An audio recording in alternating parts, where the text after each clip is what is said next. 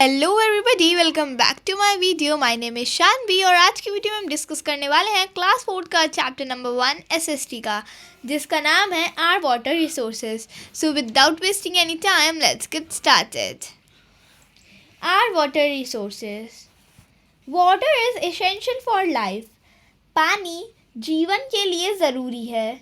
We need water to drink, cook food, wash clothes and do many other things. हमें पानी की ज़रूरत होती है पीने के लिए, खाना बनाने के लिए, कपड़े धुलने के लिए और भी बहुत सारे काम करने के लिए। Farmers need water to grow crops. Farmer means किसान।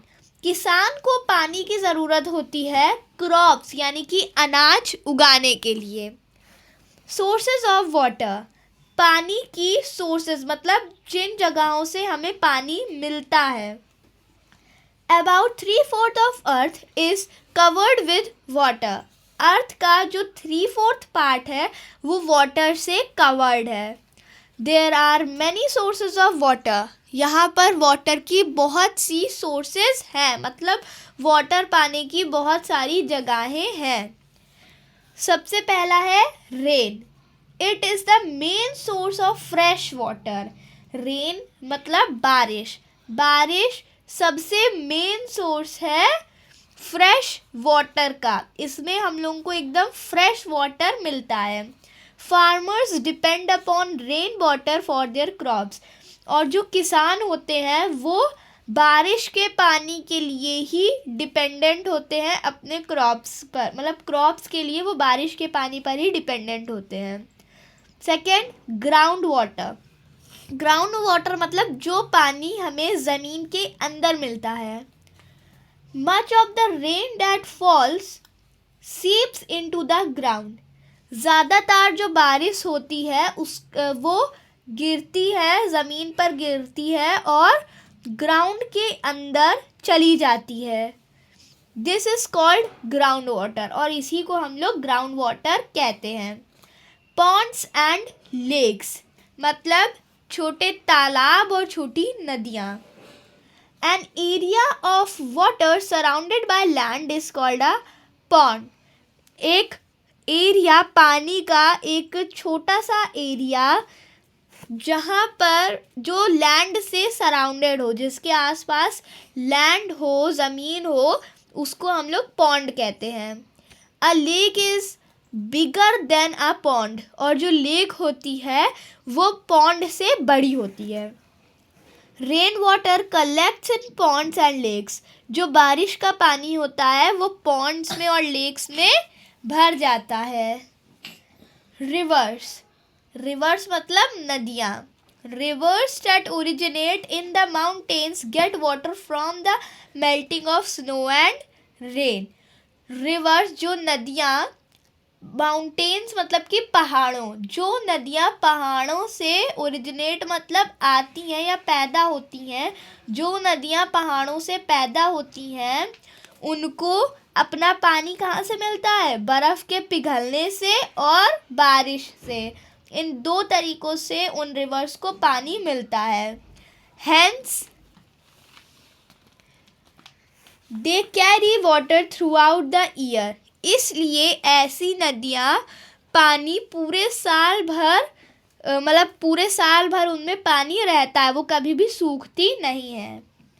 Reverse that originate from the plateaus get water only from rain. और जो नदियाँ प्लेट्यूज जो वो रीजन होते हैं जो प्लेन, मतलब कि जो एकदम प्लेन रीजन होते हैं ना, एकदम जो सतह पर टिके होते हैं, उन रीजन से वो थोड़े ऊंचे होते हैं, उन्हें हम लोग प्लेट्यू कहते हैं।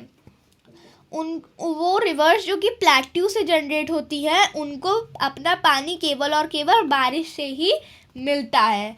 They almost dry up during summers. और ये नदियाँ जो जिनको पानी वहाँ रिवर्स से मिलता है, जिनको पानी रेन से मिलता है, वो ज़्यादातर गर्मियों में वैसी रिवर्स सूख जाती हैं। Seas and oceans. Most of the water on the earth in the sea and ocean. जो ज़्यादातर अर्थ में पानी है वो सी और ओशंस में ही है। हाउएवर दिस वाटर इज़ सैल्टी, इसलिए ये जो पानी होता है जिसको हम लोग सी और ओशंस में पाते हैं वो पानी ज़्यादातर सैल्टी होता है। सैल्टी मतलब उसमें नमक का टेस्ट होता है। We can not use it, और इसलिए हम लोग इसे यूज़ नहीं कर सकते क्योंकि इसमें नमक की क्वांटिटी होती है। Means of irrigation. To grow crops farmers need sufficient and timely supply of water.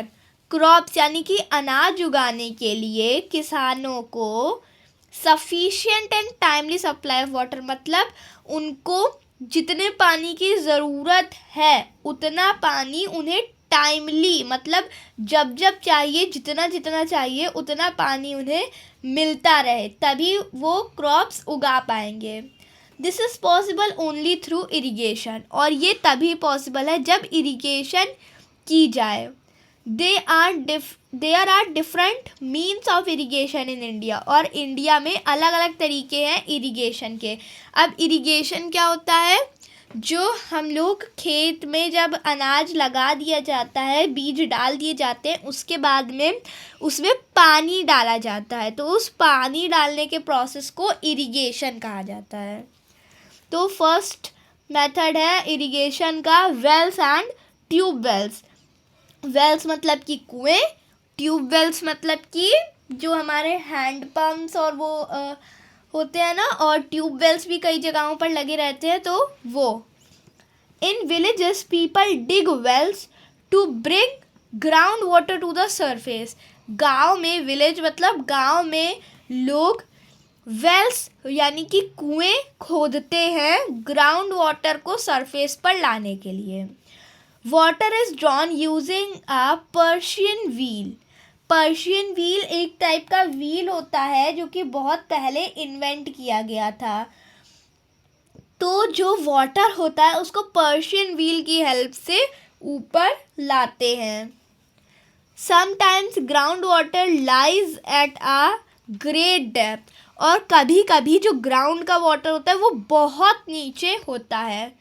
In such a case a deep hole is dug, और जब ऐसा होता है कि बहुत नीचे होता है पानी तो बहुत ही ज़्यादा डीप मतलब बहुत ज़्यादा गहरा गड्ढा खोदा जाता है। A tube is sunk in the hole and water is brought up using an electric pump, और तब उसमें एक ट्यूब लगा दिया जाता है उसके अंदर, उस होल के अंदर, और उससे वाटर ऊपर आ जाता है। ऊपर कैसे आता है? एक इलेक्ट्रिक पंप की वजह से। वहाँ पर एक इलेक्ट्रिक पंप लगा देते हैं और ऊपर एक ट्यूब लगा देते हैं, तो उससे जो वाटर होता है वो ऊपर आ जाता है। Such a well is called a tube well, और इस टाइप के वेल्स को हम लोग क्या कहते हैं? Tube wells. They are widely used in Punjab, Haryana, Uttar Pradesh and Gujarat, और ये ज़्यादातर कहाँ पर यूज़ किए जाते हैं? पंजाब, हरियाणा, उत्तर प्रदेश और Gujarat. Then canals. In the northern and coastal plains small canals are dug to take water from the rivers to the fields. जो नॉर्थर्न और कोस्टल प्लेन्स हैं वहाँ पर छोटे छोटे से कैनाल्स खोदे गए हैं। किस लिए खोदे गए हैं? रिवर्स का पानी जो है उसे फील्ड्स तक मतलब खेतों तक पहुंचाने के लिए।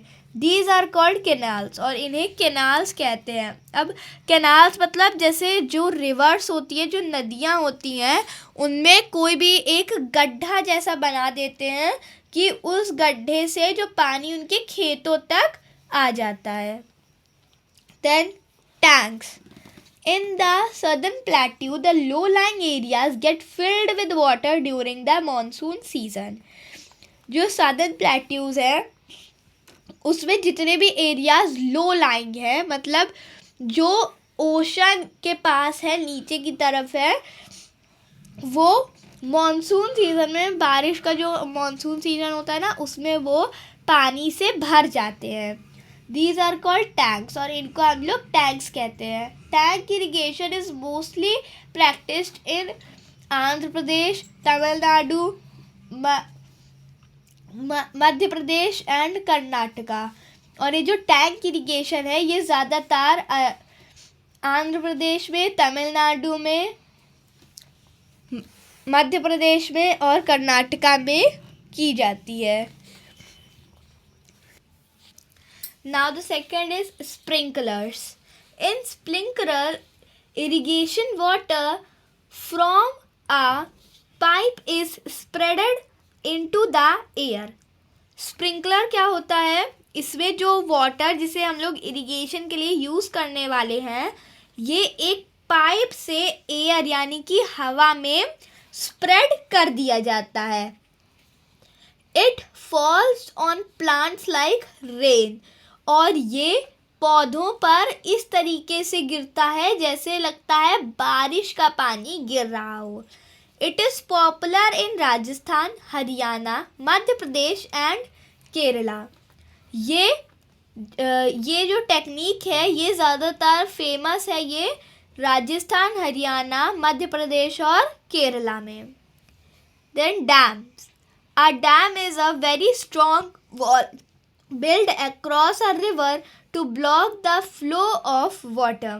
जो डैम होते हैं वो बहुत स्ट्रॉन्ग मतलब कि मजबूत, वो बहुत मजबूत दीवारों से बने होते हैं। कहाँ पर बने होते हैं? रिवर्स के बीच में। वाटर किस लिए बने होते हैं? वाटर का फ्लो रोकने के लिए। This water is stored in an artificial lake. और ये जो वाटर होता है, जिस वाटर को रोका जाता है रिवर से, वो एक आर्टिफिशियल मतलब कि ऐसी लेक जो अपने आप नहीं बनी है, जिसे बनाया गया है, उस लेक में जाकर स्टोर हो जाता है। और इसको हम लोग क्या कहते हैं? रिजर्वायर। और इन लेक्स को हम लोग क्या कहते हैं? Reservoir. Created behind the dam, और ये डैम के पीछे बनाए जाते हैं। The stored water is taken to field through canals, और ये जो पानी जो स्टोर किया गया है वो फील्ड्स यानी कि खेतों में ले जाया जाता है कैनाल्स के थ्रू। कैनाल्स मैंने आपको बताया था, होल्स बनाकर फील्ड्स तक वो वाटर को ले जाते हैं। A dam is called multi-purpose project because it is useful to us in many ways. Dam को मल्टीपर्पस प्रोजेक्ट कहा जाता है क्योंकि ये हमें बहुत सारे कामों में यूज़फुल होता है, हमें बहुत सारे कामों में हेल्प करता है। अब मल्टीपर्पस का मतलब क्या होता है? जो बहुत सारे काम कर सके। तो डैम का दूसरा नेम क्या होता है? Multipurpose project. Some of them are, इनमें से कुछ क्या है? कुछ यूज़फुल इफ़ेक्ट्स क्या है जो डैम हमको यूज़फुल करता है? In a dam water is made to fall from a great height. Dam में जो वाटर होता है वो बहुत ज़्यादा हाइट से फॉल करता है, मतलब बहुत ज़्यादा ऊंचाई से गिरता है। The force of falling water is used to generate hydro electricity, और ये जो फोर्स होता है वाटर का, जिस फोर्स से वाटर नीचे फ्लो करता है, वो हाइड्रो इलेक्ट्रिसिटी जनरेट करने में हेल्प करता है। हाइड्रो इलेक्ट्रिसिटी क्या होती है? ऐसी बिजली जिसे हम पानी से जनरेट करते हैं, पानी से पैदा करते हैं। It provides water for irrigation, ये खेतों की सिंचाई के लिए भी, इरिगेशन मतलब सिंचाई, ये खेतों की सिंचाई के लिए भी पानी देता है। इट कंट्रोल्स फ्लड्स, और ये फ्लड यानी इट कंट्रोल्स फ्लड्स मतलब बाढ़, ये बाढ़ को भी रोकता है। There are many multipurpose projects in India में बहुत सारे मल्टीपर्पज़ प्रोजेक्ट्स हैं। मल्टीपर्पज़ प्रोजेक्ट्स मतलब डैम्स, बहुत सारे डैम्स हैं। सम ऑफ देम आर, उनमें से कुछ हैं। The Bhakra Nangal dam built on the Sutlej river, ये लार्जेस्ट डैम है, इंडिया का लार्जेस्ट डैम है। ये कहाँ पर बना है? सतलुज रिवर के ऊपर। Second, the Damodar valley project built on the Damodar river and it's tributaries. दूसरा क्या है, दामोदर वैली प्रोजेक्ट, ये कहाँ पर बना है, दामोदर रिवर के ऊपर और उसके ट्रिब्यूटरीज के ऊपर, मतलब जो दामोदर रिवर है उससे जो रिवर्स निकलती हैं उनके ऊपर भी ये बना हुआ है। The Sundar Sarovar dam built on the Narmada river. तीसरा डैम कौन सा है, सरदार सरोवर डैम, जो कहाँ पर बना है, नर्मदा रिवर के ऊपर। Then the Mettur dam built on the Kaveri river. दूसरा क्या है, मितुर डैम, जो कहाँ पर बना है, कावेरी रिवर के ऊपर। Then this fact wise, the Tehri dam built on the Bhagirathi river in Uttarakhand is the highest dam in India. मतलब जो टिहरी डैम है जो भागीरथी रिवर के ऊपर बना है उत्तराखंड में, वो सबसे ऊंचा डैम है इंडिया का। The Hirakud dam built on the Mahanadi river in Orissa is the longest dam in India. जो हीराकुड डैम है जो कि महानदी रिवर में उड़ीसा में बना हुआ है, वो लॉन्गेस्ट मतलब सबसे लंबा डैम है इंडिया का। So this ends your chapter. So अब हम इसकी एक्सरसाइज स्टार्ट करते हैं। आपका चैप्टर यहाँ पर फिनिश हो चुका है। So tick the correct answer. First, which of these is the main source of fresh water. इनमें से कौन सा है जो मेन सोर्स है फ्रेश वाटर का, रिवर, पॉन्ड, लेक या फिर rain. So it's rain. In which of these states is tank irrigation popular. इन सब में से किस में टैंक इरिगेशन पॉपुलर है, पंजाब, कर्नाटका, गोवा और Haryana. It's Karnataka. What is a wall built across a river called? जो रिवर के बीच में वॉल्स बनी होती हैं उनको हम लोग क्या कहते हैं, रिजर्वायर्स, कैनाल्स, डैम और tubewell. It's dam. On which river is the Mettur dam built. किस रिवर के ऊपर मितुर डैम बना है, कावेरी, महानदी, कृष्णा और Sutlej. It's Kaveri. Then fill in the blanks. Rainwater that seeps into the ground and collects these is called groundwater. Canals which carry water from a river to the field are called channels which carry water from a river to the fields are called canals. मतलब जो channels जो water को river से खेतों तक लेके जाते हैं उन्हें क्या कहते हैं, canals. In dash irrigation water is spread on water. कौन सी इरिगेशन में वाटर प्लांट्स के ऊपर स्प्रे किया जाता है, sprinkler irrigation. A lake created behind a dam is called अ, जो लेक जिसको हम लोग डैम के पीछे बनाते हैं उसको क्या कहते हैं, reservoir.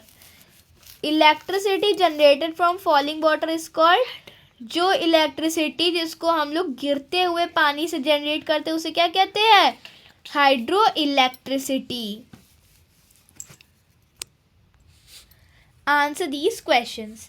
Why is water essential for life. Water हमारी लाइफ के लिए ज़रूरी क्यों है, क्योंकि हमारी लाइफ पूरी तरीके से वाटर पर ही डिपेंडेंट है। हमें अगर कुछ खाना है उसके लिए भी हमें वाटर की ज़रूरत होगी, हमें अगर कपड़े धुलने हैं तो भी हमें वाटर की ज़रूरत होगी, अगर हमें कहीं पर कुछ भी खाने का मन किया तो जो भी मतलब चीज़ हम बनाएंगे उसमें वाटर की ज़रूरत पड़ेगी। क्लॉथ्स को वॉश करने के लिए भी हमें वाटर की ज़रूरत पड़ेगी। तो बिना वाटर के life is impossible. List 5 sources of water, कोई भी वाटर की 5 सोर्सेज के नाम आप लिख सकते हैं, आपके चैप्टर में पीछे दी हुई हैं, तो आप उनमें से कोई भी 5 के नेम लिख सकते हैं. What are the different means of irrigation used in India? कौन कौन सी डिफरेंट मीन्स ऑफ एजुकेशन कौन कौन सी डिफरेंट मीन्स ऑफ इरिगेशन है इंडिया में? तो आप कोई भी लिख सकते हो, well, tubewell, canal, any. How are dams useful to us? Dams हमारे लिए यूजफुल क्यों हैं? क्योंकि वो इरिगेशन के लिए वाटर देते हैं, हाइड्रो इलेक्ट्रिसिटी जनरेट करते हैं, और भी काफ़ी सारे कामों में हेल्प करते हैं, इसलिए उनको हम लोग मल्टीपर्पज़ प्रोजेक्ट भी कहते हैं. तो you can write all these points are given in your book, you can write any of them. Think and answer. What will happen to the ground water reserves in an area where it rains heavily? Ground water को क्या होगा, जो कि नीचे, ground के नीचे जो water होता है जिसको हम लोग ग्राउंड वाटर कहते हैं, उससे क्या होगा जब बहुत तेज़ बारिश होगी? तो the level of ground water will rise up. The level of groundwater will increase, and if does not rain much, then it will remain constant, or it can be less also. Then picture study. This picture is given to you. You have to look at the picture and answer these questions. Name the means of irrigation shown here.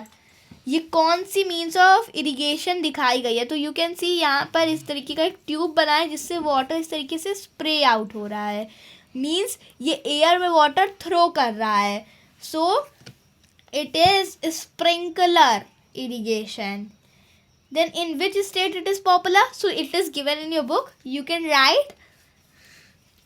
Discuss how do our water resources get polluted. हमारी water resources कैसे गंदी हो जाती हैं? What can people do to stop this pollution?